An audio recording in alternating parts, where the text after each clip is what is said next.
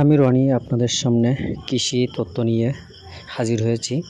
আর এই কৃষি তত্ত্বে দেখাতে যাচ্ছি তাল গাছ দিয়ে কিভাবে ডোঙা তৈরি করা হয়, আর এই ডোঙা দিয়ে কি কাজ সেটা আপনাদের মাঝে দেখাবো। ডোঙা তৈরি থেকে শেষ পর্যন্ত দেখানোর চেষ্টা করব। আপনারা দেখতে থাকুন, আমাদের চ্যানেলটাকে সাবস্ক্রাইব করার জন্য চেষ্টা করুন। ধন্যবাদ সকলকে।